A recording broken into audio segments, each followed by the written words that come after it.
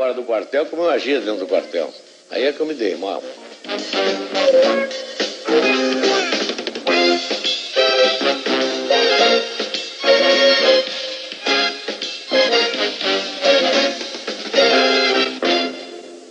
No início de agosto do ano passado, quando o presidente teve a primeira crise séria de dores nas costas e foi internado num hospital aqui de Brasília, eu tentei visitá-lo como amigo, mas fui barrado como jornalista.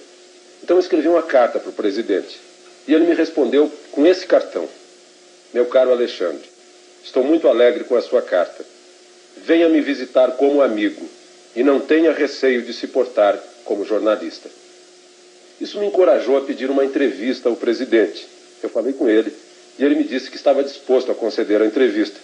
Mas isso já faz mais ou menos 6 meses.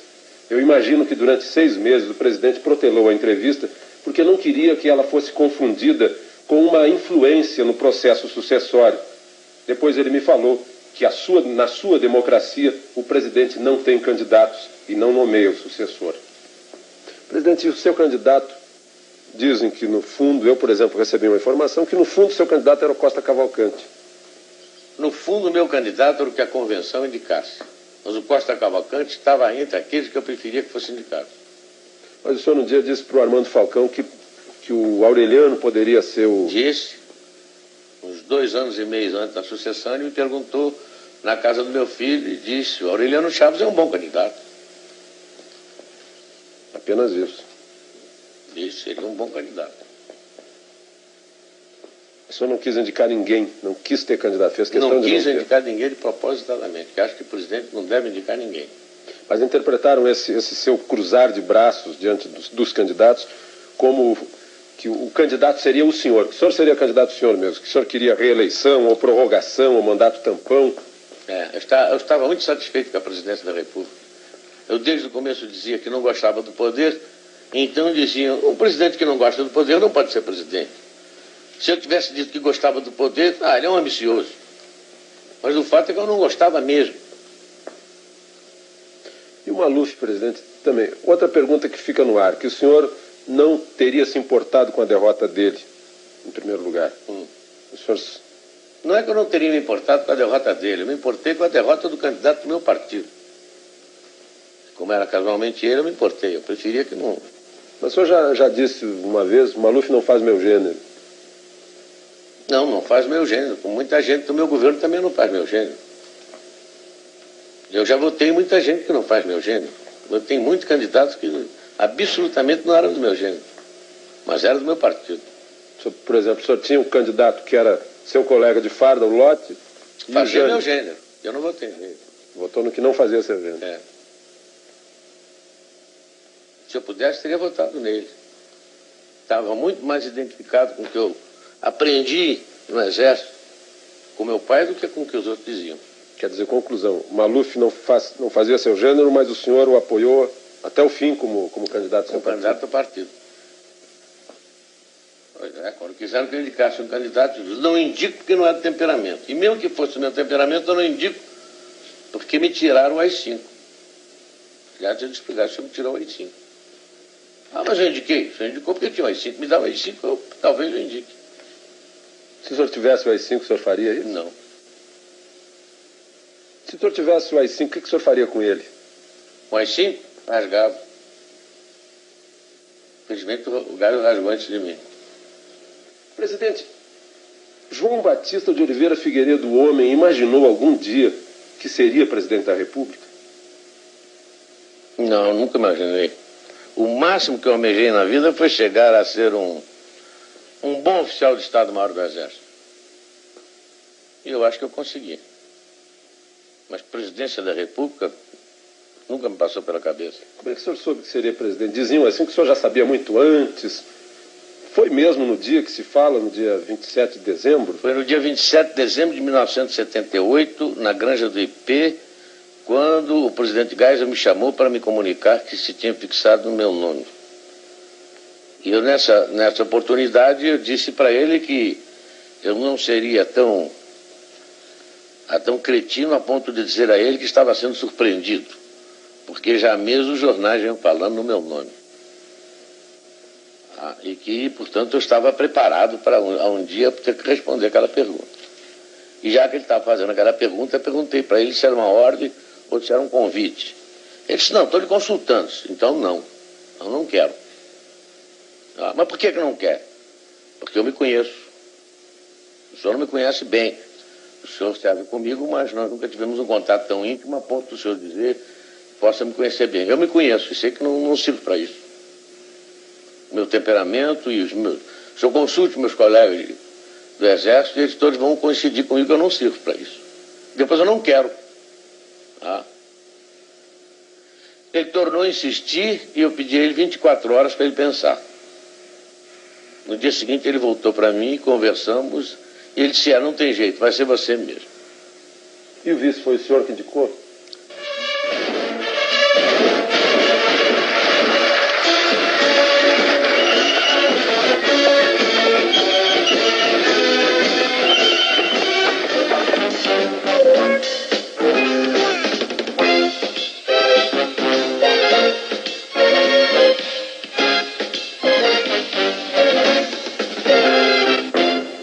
Foi o senhor que indicou? Depois de terminada essa primeira parte da conversa, ele virou-se para mim e perguntou, e o vice? Eu disse, tá, e o nosso Aureliano Chaves? Ele chegou-se muito bem. Você quer comunicar? Eu digo, não, já que o senhor me perguntou, o senhor comunica para ele. Mas quem citou o nome do Aureliano Chaves fui eu. Esclarece muitas versões aí de quem teria indicado. Não, ele não me indicou. Não me indicou absolutamente. Não me indicou nome nenhum. Outra coisa, presidente, que também está no ar. O seu relacionamento com Aureliano Chaves. Por que houve o afastamento? Isso é bom perguntar a ele. Ele saberia responder? Eu acho que sim.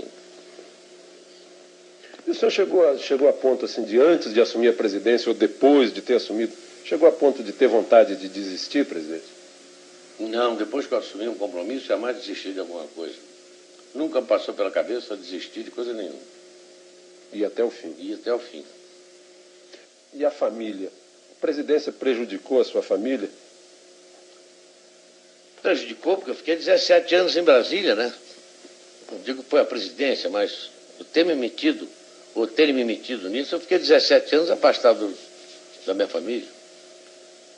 Meus filhos no Rio e eu aqui. Prejudicou, não há dúvida que prejudicou. Benéfico não foi. Nenhum membro da minha família saiu ganhando qualquer coisa. Pelo contrário. Só tiveram aborrecimentos, eu também. E nós ficamos afastados dele. Vamos amenizar um pouco a conversa. O senhor sabe que sempre há piada a respeito do presidente da República. E dizem que o senhor conhece todas as piadas a seu respeito.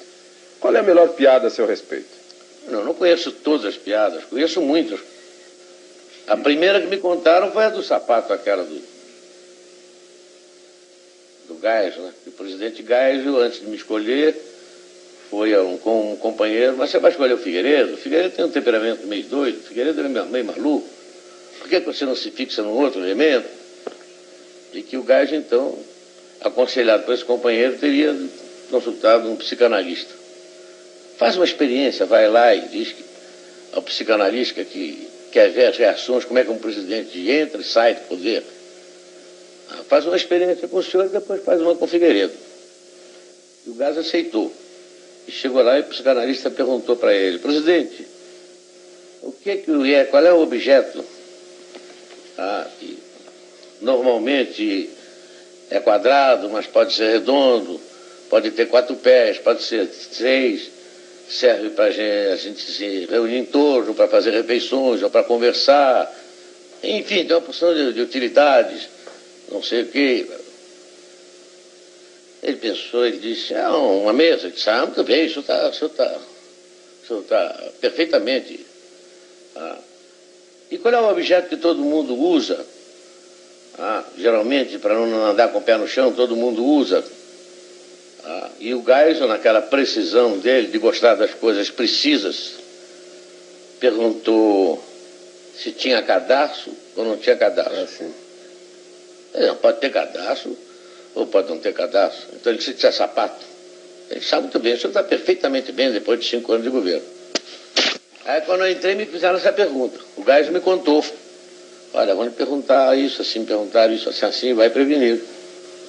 E a primeira pergunta que me fizeram foi essa dos sapatos também. E eu então perguntei, tem cadastro? O camarada disse, não pode ter cadastro e não tem cadastro. Então eu disse, então é um mocassim. Se não tem cadastro, é um mocassim. Foi essa a primeira que me contaram. Aliás, eu contei para ele. Mas o que eu achei mais graça é que diziam que desde o começo que eu não cumpria nada do que estava prometendo. Agora eu estou achando mais graça ainda dela. Agora o senhor pede que olhem para trás para ver se o senhor cumpriu ou não. É o povo que julga se eu cumpri ou não. Eu tenho a consciência tranquila de que cumpri. O senhor entrou no mundo político, o senhor saiu do quartel e entrou no mundo político. Isso foi um choque para o senhor? Foi porque eu pensei que eu pudesse agir fora do quartel como eu agia dentro do quartel. Aí é que eu me dei mal. A massa era completamente diferente. A gente com quem eu ia lidar era completamente diferente.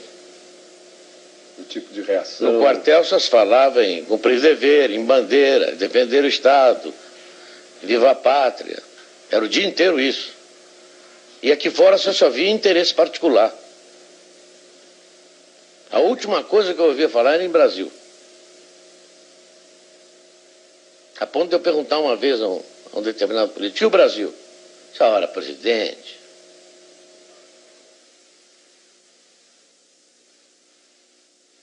Vou pensar melhor. Absolutamente. É para abrir, quer dizer, general? É para abrir mesmo, e quem quiser que não abra, eu prendo, arrebento. Mas no episódio do Rio Centro houve quem esperasse que o senhor prendesse e arrebentasse. A quem? Foi fácil, o senhor fez o projeto, saiu tranquilo, não teve resistências. Não foi fácil. Só foi fácil por causa da compreensão dos companheiros das Forças Armadas, que apoiaram e acharam que estava na hora da Revolução provar que de fato queria democracia. E nesse aspecto todos me ajudaram. Volta de Brizola foi tratado e foi considerado como palatável. O Brizola? É. O Brizola, desde o começo, quando o repórter me perguntou, eu achei até um desaforo a pergunta que ele me fez. Se o Brizola ganhar, leva. Eu digo, estamos aqui brincando de eleição, menino. Se eu quisesse que o Brizola não fosse eleito, eu não teria dado anistia para ele. Aliás, como era a proposta do MDB, né? A proposta do MDB, eles não voltariam. Voltariam e não poderiam ser eleitos. E não poderiam ser eleitos. Aliás, uma pergunta semelhante foi no dia da sua posse, perguntaram para o senhor, mas o senhor vai mesmo fazer desse país uma democracia? E eu brincando disse, eu prendo, arrebento, não sei o que lá. Está aí o presidente que nós elegemos, prende e arrebente. Mas o senhor disse prendo e arrebento, e no episódio do Rio Centro, o senhor, enfim, o senhor fez essa democracia, está aí, chegamos à eleição, o senhor não precisou prender nem arrebentar, mas no episódio do Rio Centro houve quem esperasse que o senhor prendesse e arrebentasse. A quem? Aos autores. Mas quais foram os autores? A justiça me disse quais foram os autores? O senhor não... estava sob um regime constitucional, não tinha AI-5 na mão. Fiquei esperando que a justiça falasse. Sem o AI-5... Se eu passasse por cima da justiça, aí sim, poderiam dizer que era um regime discricionário. Mas todo mundo queria que eu fizesse isso. Talvez seja até o uso do cachimbo deixa a boca torta. Todo mundo esperava que o senhor adotasse uma atitude de AI-5. Pois é. O senhor precisou decretar medidas de emergência que estão na Constituição. E o general Newton Cruz foi o executor dessas medidas. O senhor acha que ele agiu bem ao executar essas medidas? Agiu muito bem. Agora todo mundo se queixa do exagero do Newton. Mas se naquela época não tivesse sido executadas as medidas de emergência, eles tinham executado a marcha sobre Brasília e haveria pressão sobre o Congresso. E mesmo com medidas de emergência, você se lembra como é que foi a votação. E agora o general Newton Cruz foi tirado do comando militar do Planalto. Ele foi punido? Não, ele foi promovido, porque ele foi chefiar foi ser subchefe de um departamento, que é o que cabe ao posto dele como general de divisão. E nem eu permitiria que ele fosse punido, porque não cometeu transgressão nenhuma. O senhor, durante uma parte do governo, saiu uma versão que o senhor teria comentado com algum íntimo, disse assim, olha, se me incomodarem muito, eu chamo o Pires e largo isso tudo. O senhor não, de fato, numa reunião com alguns ministros, eles começaram a tocar em assuntos que estavam me desgostando já há tempos, e insistiram no assunto. E eu brincando com eles, disse, olha, se insistirem nesse assunto, eu chamo o Pires e vou embora. E eles caíram na gargalhada. Mas isso foi em ar de brincadeira. E foi uma vez só. E aí generalizou-se de que eu chamaria o Pires. Mesmo porque não caberia chamar o Pires. Se eu tivesse que ir embora, teria quem chamar. A Constituição diz quem é que teria que ser chamado. Vice-presidente. Mas foi uma brincadeira minha. Presidente, por falar em chamar o Pires, a Veja publicou na outra semana uma versão de que no segundo semestre do ano passado teria estado na iminência de haver um golpe militar. O senhor leu essa versão? O que o senhor acha? Li depois de me chamar a atenção e achei muita graça. Porque eu nunca estive na iminência de dar um golpe. Sempre que houve possibilidade de alguma coisa, eu entrei e valeu. Jamais passou pela cabeça do general Pires aquilo. Aquilo ali foi a maior história de ficção que eu já li na minha vida. Tem ali algumas meias verdades e alguns assuntos que nós possamos ter discutido. Mas na reunião preliminar com os ministros, com os presidenciáveis, eu discuti com os ministros militares. E um dos assuntos foi esse. As hipóteses possíveis. E essa hipótese foi completamente riscada. Eu tenho aí a cópia do documento, eu redigi e todos eles assinaram o documento. Não é absolutamente verdade o que está ali. E a imprensa, presidente? O que o senhor acha do trabalho da imprensa? O trabalho da imprensa no meu governo vai trabalhar contra mim. Contra o meu governo, porque tudo que se sair na imprensa ou saía truncado, ou saía meia verdade, ou então era inventado. A ponto de um dia eu chamar um determinado editor que foi lá me pedir um determinado dinheiro para a revista dele, para o jornal dele. Eu peguei assim um número e disse assim, olha, só nessa reportagem tem 11 mentiras. 11 mentiras que eu constato que foram comigo. Por exemplo, quando saem versões de conversas aqui de dentro, o senhor se encontra com políticos, sai versão de conversa. Algumas vezes os políticos ouvem, estão aqui em casa, ouvem e contam. Tem alguma coisa de verdade. Outras vezes não tem absolutamente verdade nenhuma. Como é que o senhor... Quer dizer, o senhor fica meio sem ter meios de... Não, às vezes eu mando agradecer ao político a veracidade com que ele contou a conversa. Já muitas vezes aconteceu isso. A fidelidade com que ele repetiu.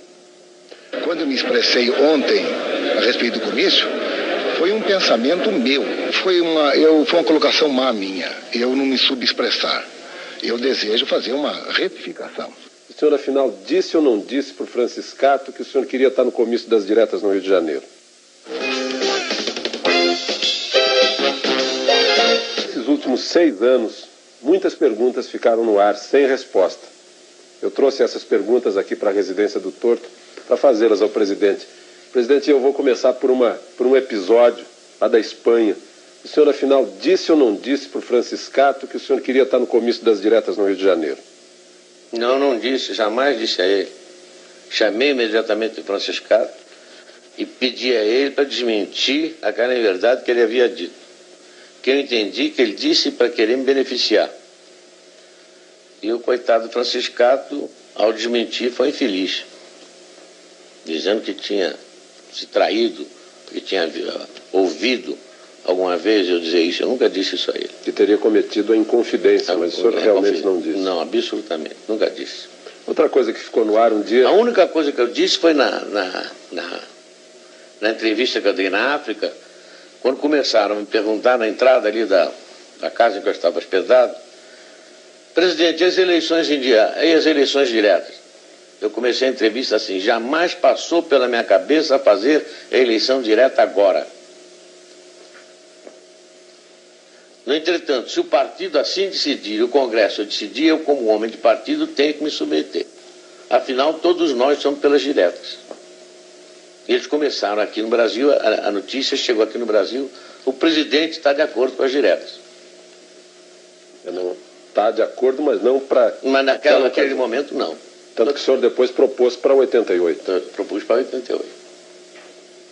E justamente eu não estava de acordo porque não eram essas regras do jogo.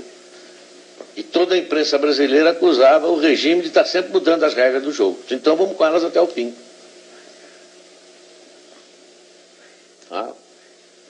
As regras do jogo foram até o fim e ganhou o candidato da oposição. O senhor lamenta isso?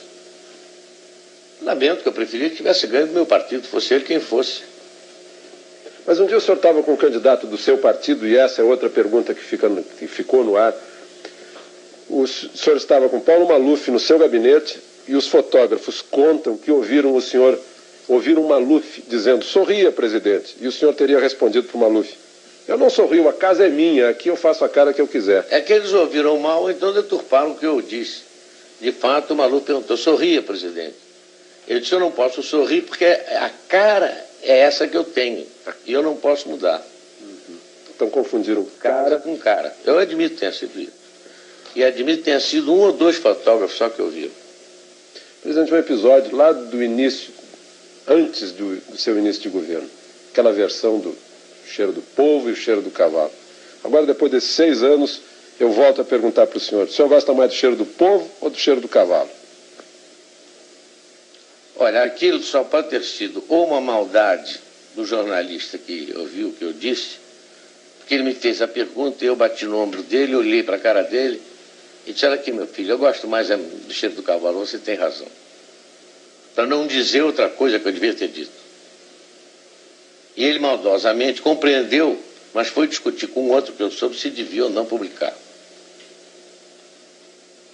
Mas já que você me fez essa pergunta, seria uma imbecilidade de mim, a toda prova, eu ter dito que gostaria mais do cheiro do cavalo.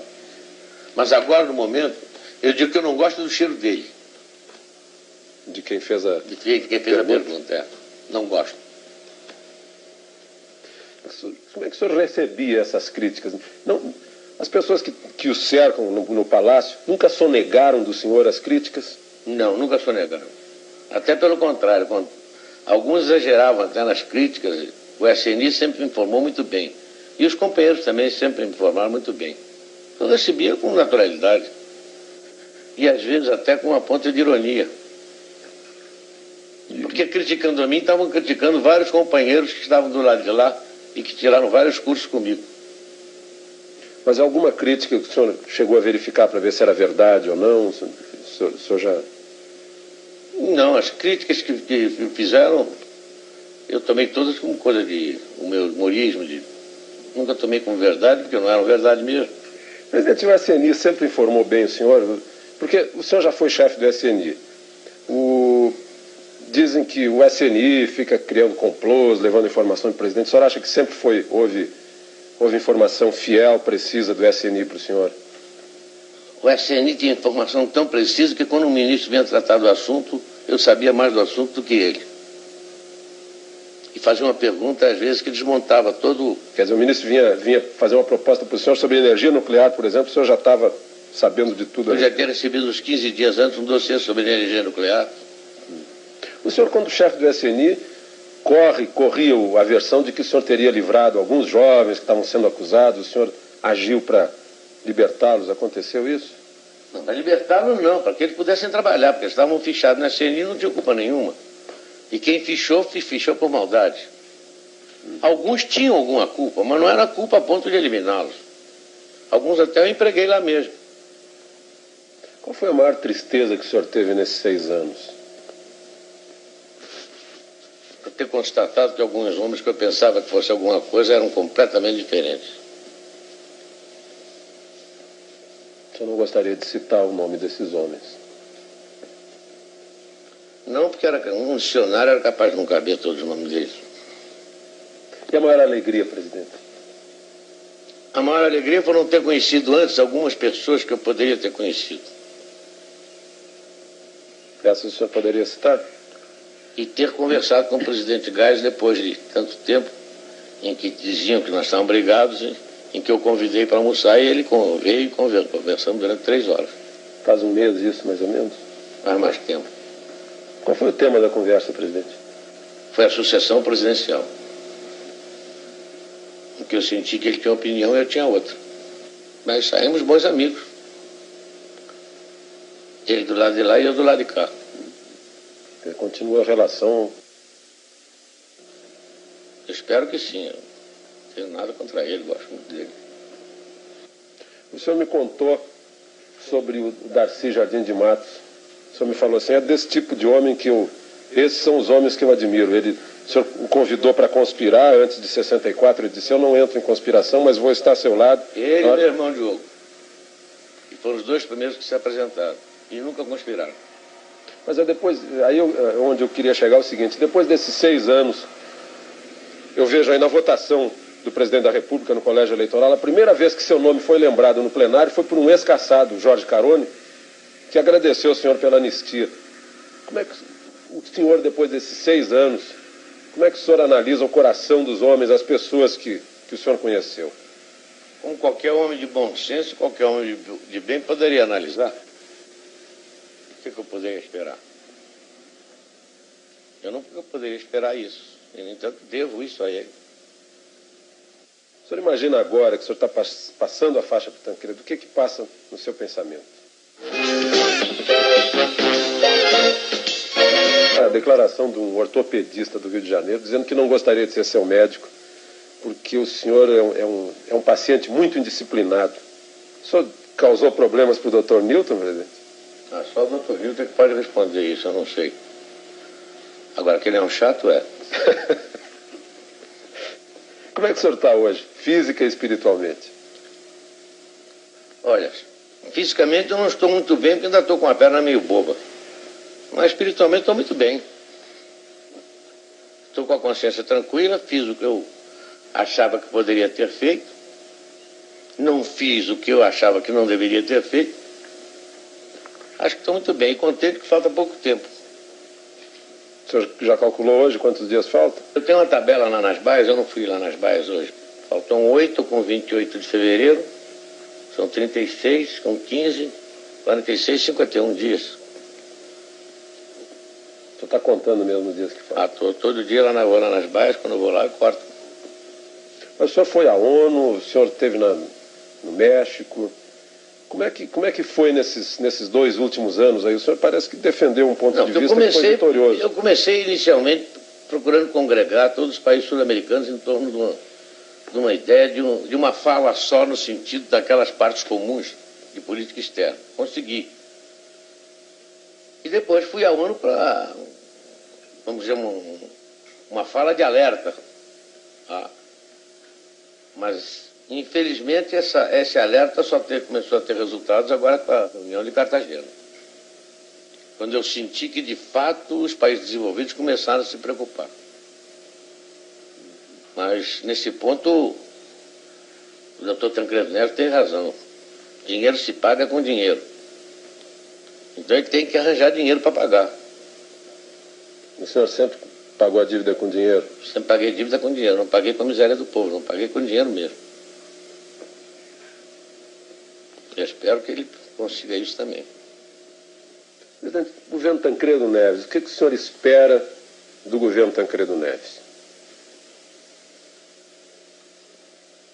Eu não espero do governo dele, eu espero que ele tenha um pouco mais de sorte do que eu tive. E que no final do governo dele o povo faça mais justiça a ele do que fez a mim. Mas agora no final do seu governo até a oposição está fazendo justiça ao senhor. Foi lá no Palácio, o Hélio Garcia, o José Richa, o Iris Rezende estão convidando o senhor para homenagens, comícios. O senhor vai nesses comícios? Não. O senhor não vai mesmo? Nem de lá do cá, nem do lado de lá. Mas fico muito honrado com o convite que eles me fizeram, muito agradecido. Sinal que alguém reconheceu que nem tudo que eu fiz foi ruim, né? O senhor agora, lá no sítio do Dragão, o senhor vai estar tranquilo. Se alguém aparecer lá para falar em política, pedir conselho, pedir que o senhor volte, você ser candidato a senador, alguma coisa assim. Eu acho que não vai aparecer ninguém. E se aparecer?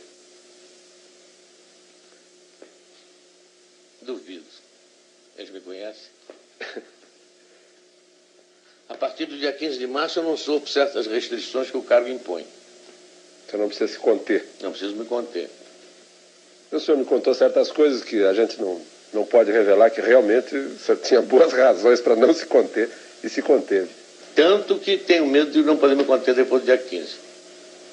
No dia que o senhor estiver passando a faixa para o Tancredo, no dia 15 de março, o senhor imagina agora que o senhor está passando a faixa para o Tancredo, o que passa no seu pensamento?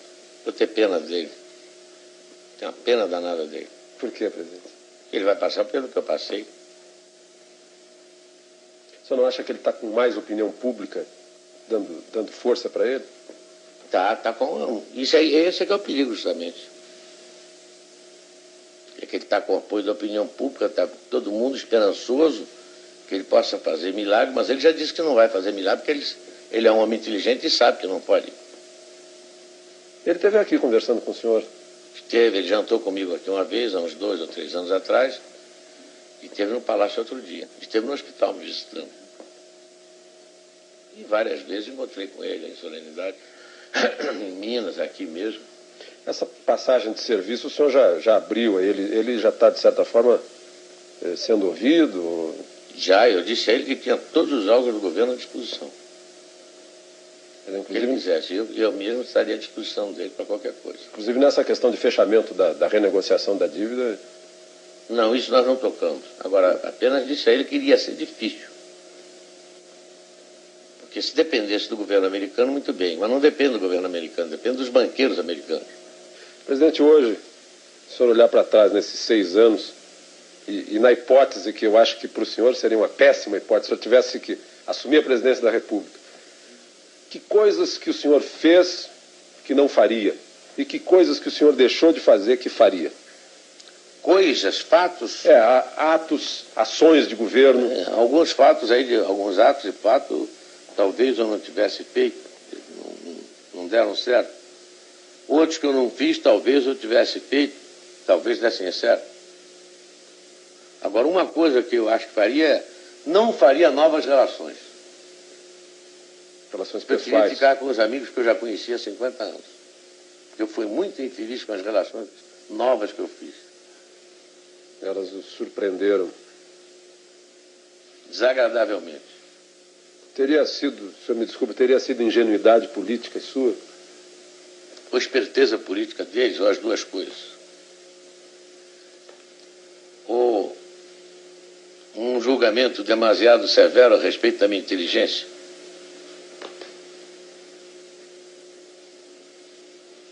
O senhor ficou muito magoado com isso, né? Com alguns enganos a respeito de pessoas que o senhor teve ao longo desses anos.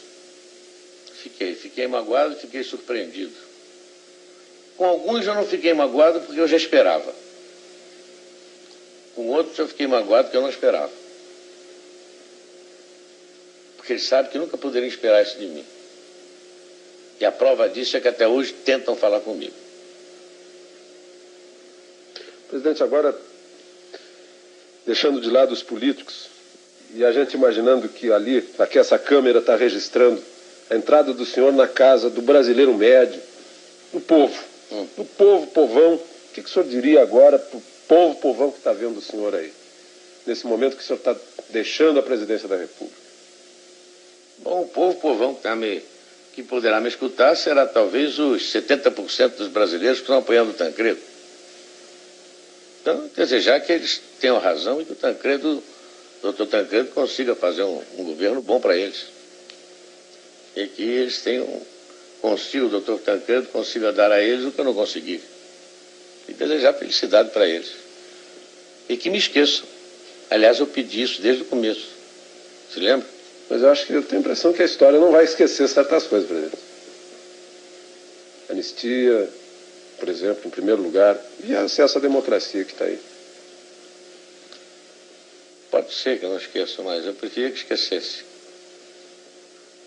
Para o senhor viver tranquilo lá no sítio do Dragão. É. E que não me venham conversar mais sobre política. Que aí eu abro o meu arquivo. O senhor tem cartas e papéis guardados? Muitos. Bom, presidente, muito obrigado ao senhor. Obrigado. Obrigado a você também. Obrigado a vocês.